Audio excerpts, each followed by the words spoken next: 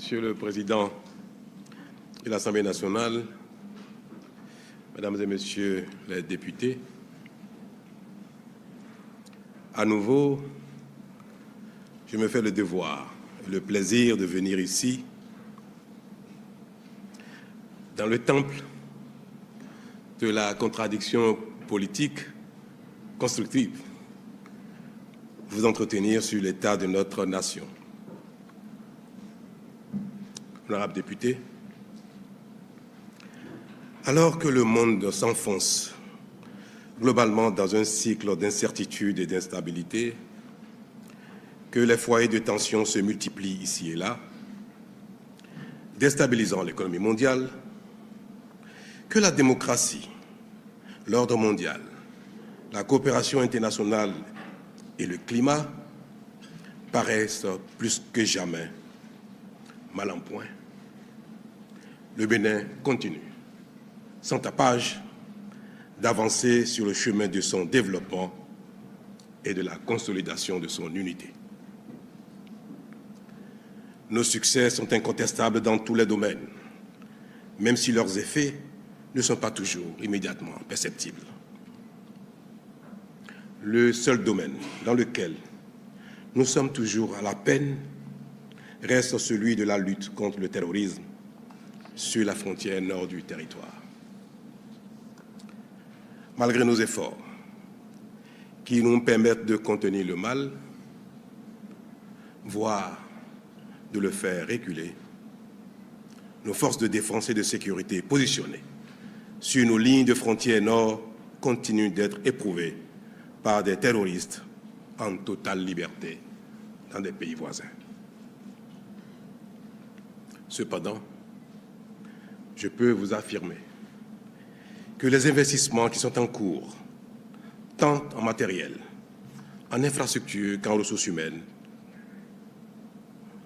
nous permettront, sous peu, de tenir les terroristes loin de notre territoire. Honorables députés, la cherté de la vie et le faible pouvoir d'achat du plus grand nombre d'entre nous demeurent aussi pour moi un point d'insatisfaction et de peine.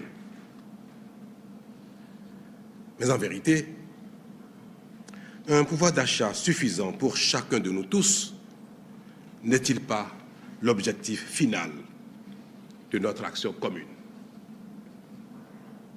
Est-il réaliste que, venant de si loin, nous soyons déjà tous satisfaits de tout? Nous n'y sommes pas encore. Mais, ensemble, nous construisons jour après jour le pays afin qu'il offre à chacun, à terme, les meilleures opportunités d'épanouissement en fonction des efforts fournis. C'est ainsi que, dans chacun des domaines fondamentaux permettant au pays de parvenir à cette étape, nos progrès sont continus et incontestables. Depuis 2016, notre pays progresse par notre travail à nous tous. Les observateurs avisés affirment qu'on n'a jamais vu autant de chantiers ouverts à la fois au Bénin.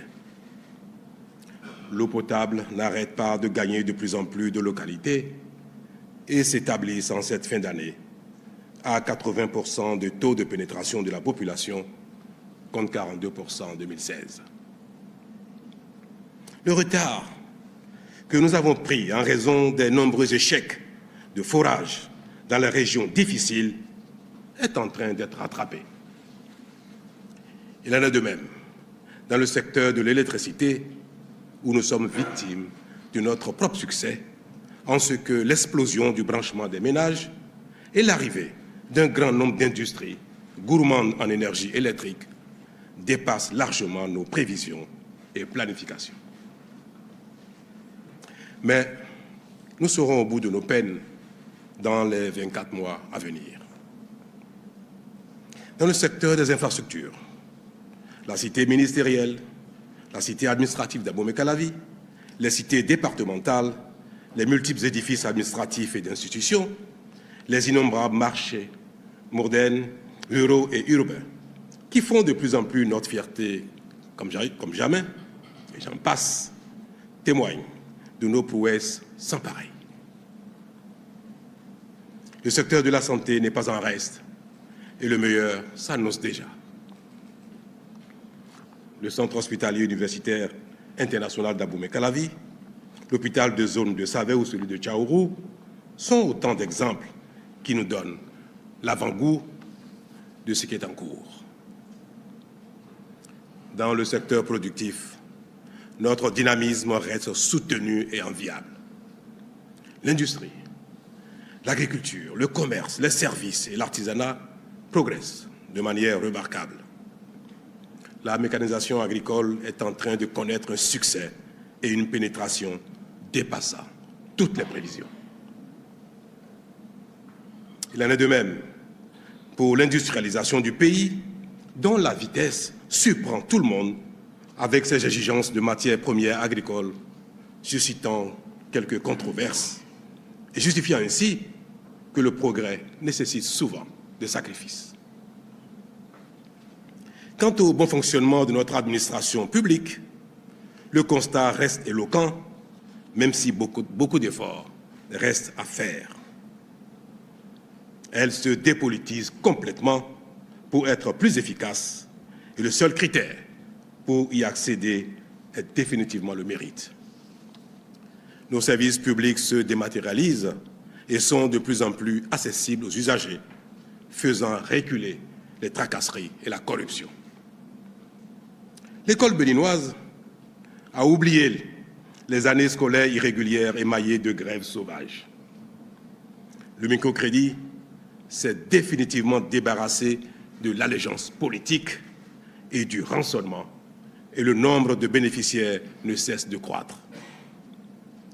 Le secteur judiciaire s'améliore de plus en plus, même si l'effectif de magistrats nécessaire reste largement insatisfait, faute de postulants qualifiés. Mais l'État met les bouchées doubles pour combler le déficit et assurer la formation. Quant à la bonne gouvernance, notre pays continue de se distinguer et vient d'être classé deuxième en Afrique et premier de l'espace francophone d'Afrique en matière de transparence budgétaire. Enfin, il n'échappe à aucun regard que le Bénin s'impose de plus en plus comme un pays de rayonnement artistique, culturel et touristique. Tout ceci est possible parce que nous mobilisons davantage de ressources financières au plan interne et en assurant une gestion rigoureuse pour financer les projets structurants afin d'améliorer nos infrastructures, développer nos secteurs productifs, créer des emplois et améliorer le bien-être de nos populations. Tout cela permet au Bénin d'être plus crédible sur la scène internationale et de rassurer les partenaires qui lui font confiance. Monsieur le Président, Mesdames et Messieurs les députés, vous l'aurez remarqué, je ne suis pas venu vous abreuver de chiffres évocateurs ou d'une liste impressionnante de nos réalisations. Vous êtes acteurs et co-auteurs au même titre que l'ensemble de nos concitoyens de toutes ces réalisations. Vous, qui nous donnez les moyens législatifs et qui contrôlez notre action pour nous pousser à performer davantage. Au demeurant, vous avez été témoin de la tournée de reddition de comptes que le gouvernement a entreprise cette année dans nos 77 communes. Cette démarche, qui célèbre la démocratie participative, a ainsi offert l'occasion d'échanges directs avec les populations dans tout le pays. Partout, elles ont exprimé leur satisfaction pour les réalisations visibles et ont surtout demandé que la dynamique qui les porte se poursuive et s'amplifie.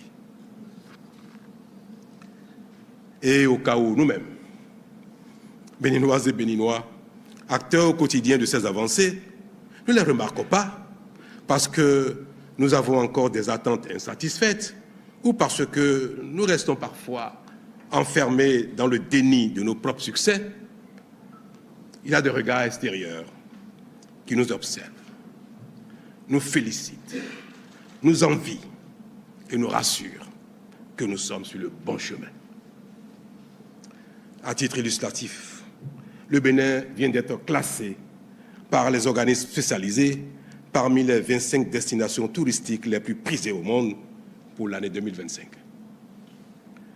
Cette performance inédite n'est autre que le résultat de notre action résolue pour le développement touristique. Et il est clair qu'elle va s'améliorer encore avec l'achèvement de nombreux chantiers en cours dans le pays. C'est le signe que nous avons eu raison de commencer à révéler notre riche patrimoine touristique, créateur d'emplois et de richesses. Dans la même veine, suivant le classement du Forum économique mondial, le Bénin est aujourd'hui 5e en Afrique pour la qualité de son réseau routier. S'il est vrai qu'on ne mange pas la route, il est pourtant vrai que la route fait manger. Plus que jamais.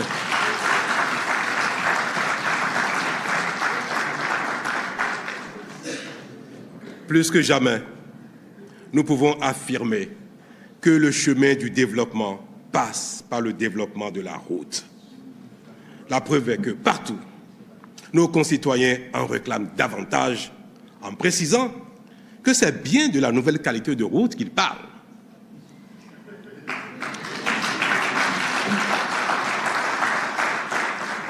Honorables députés, cette qualité qui caractérise désormais notre action, comme l'illustre notre réseau routier, est devenue la marque de la gouvernance publique du Bénin et celle de sa signature. De sorte que la notation de notre pays ne cesse de s'améliorer. Récemment d'ailleurs, notre notation est passée de B à 2B dans un environnement pourtant globalement difficile. Ainsi, notre pays se positionne parmi les meilleures signatures d'Afrique subsaharienne et peut emprunter à des taux de plus en plus bas. Un autre exemple par lequel la communauté internationale cite notre pays comme modèle est notre programme de cantine scolaire, grâce auquel nous donnons par jour un repas chaud à plus de 1,3 million d'écoliers dans plus de 80% de nos écoles primaires publiques, dont 95% d'écoles en milieu rural. De fait, d'autres pays viennent de plus en plus s'inspirer de notre modèle. Un indicateur, un dernier, et pas des moindres. Cotonou vient d'être classée première ville la plus propre de l'Afrique de l'Ouest et 6e de toute l'Afrique.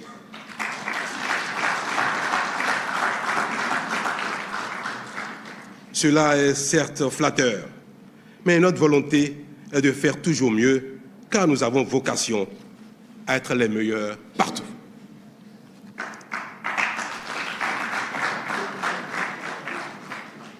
Tout ceci devrait nous convaincre que notre Bénin se construit grâce à nos propres efforts. Et c'est cela le secret de tout développement socio-économique durable. Savoir compter sur soi, avoir le soutien des autres.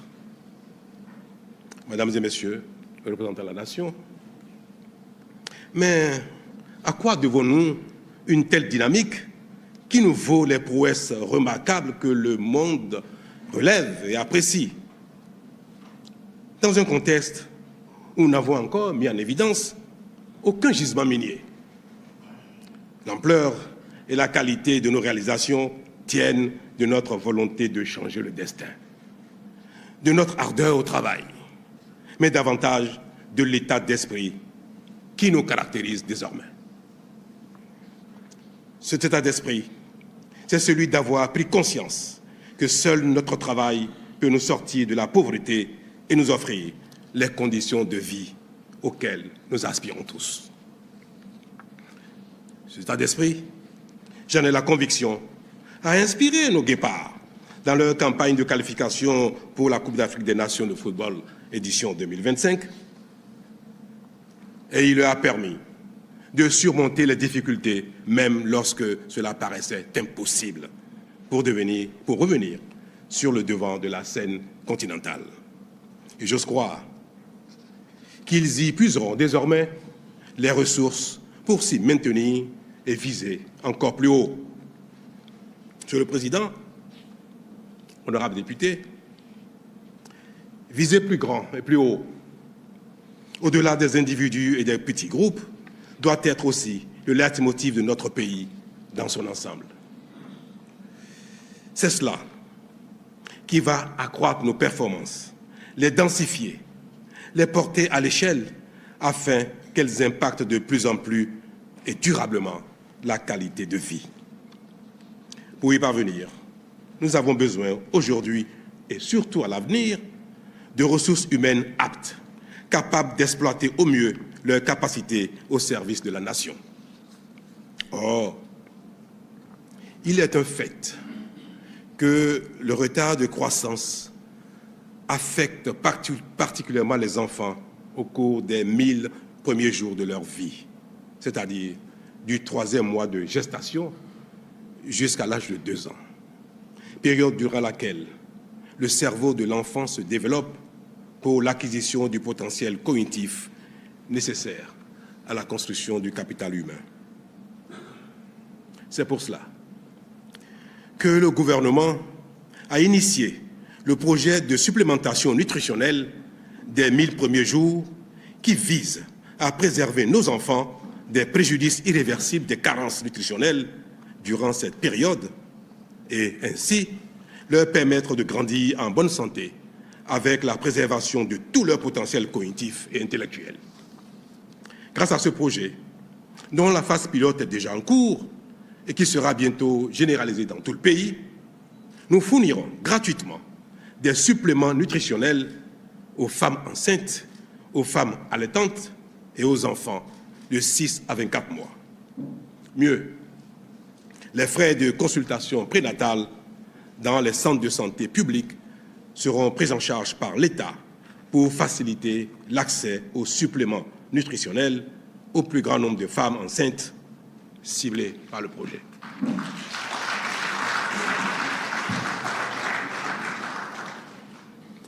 C'est la raison principale ou l'une des raisons d'être de l'Agence nationale de l'alimentation et de la nutrition que vous connaissez.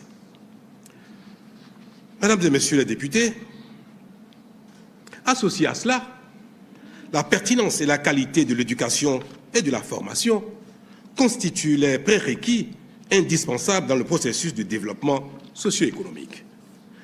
C'est pourquoi, et vous le savez déjà, le gouvernement a fait le choix d'une réforme totale de notre système éducatif en vue de donner la primauté à l'enseignement technique et la formation professionnelle.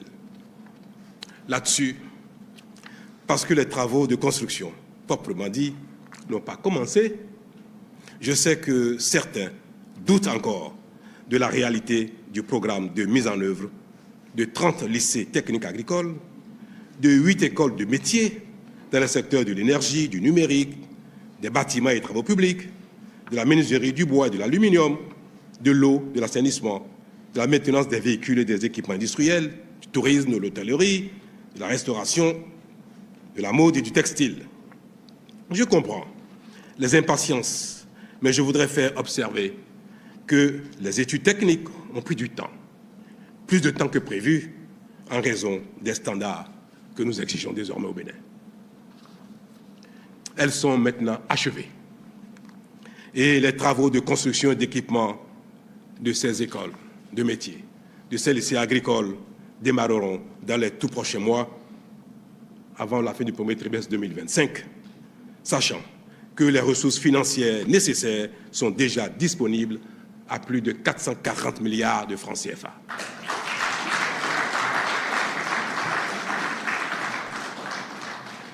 Ces programmes permettront notamment à tous les apprenants, quel que soit leur profil, d'acquérir des compétences en temps réel selon leurs besoins et ceux du marché du travail.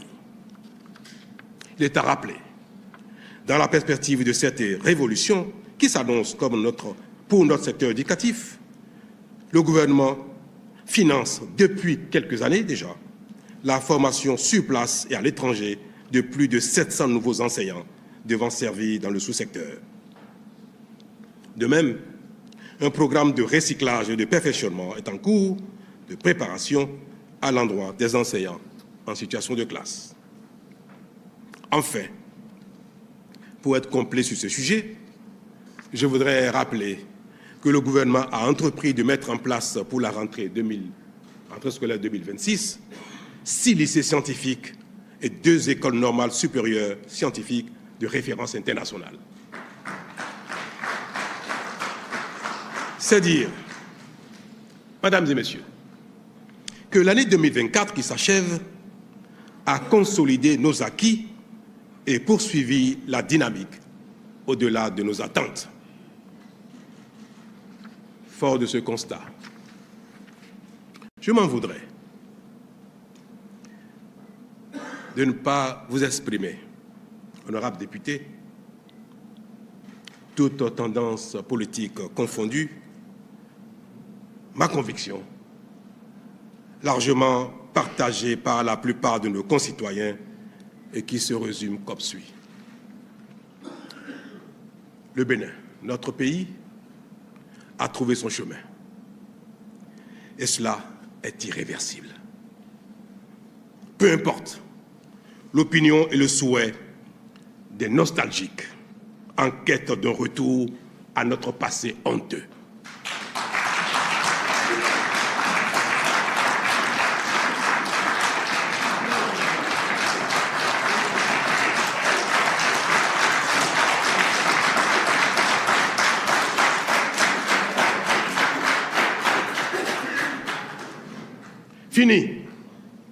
Fini l'usurpation du pouvoir politique par des vendeurs d'illusions incompétents et mal intentionnés.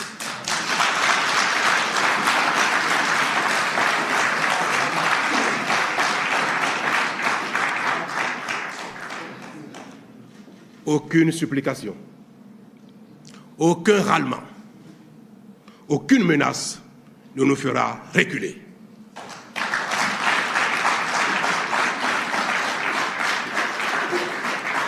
Honorables députés, aucun compromis politique préjudiciable à notre développement ne sera concédé pour faire plaisir à qui que ce soit ou satisfaire un quelconque consensus politique. Le Bénin est au-dessus de tout. La démocratie et la compétition politique devront désormais être exclusivement et absolument au service du développement. Vive le progrès, vive le Bénin.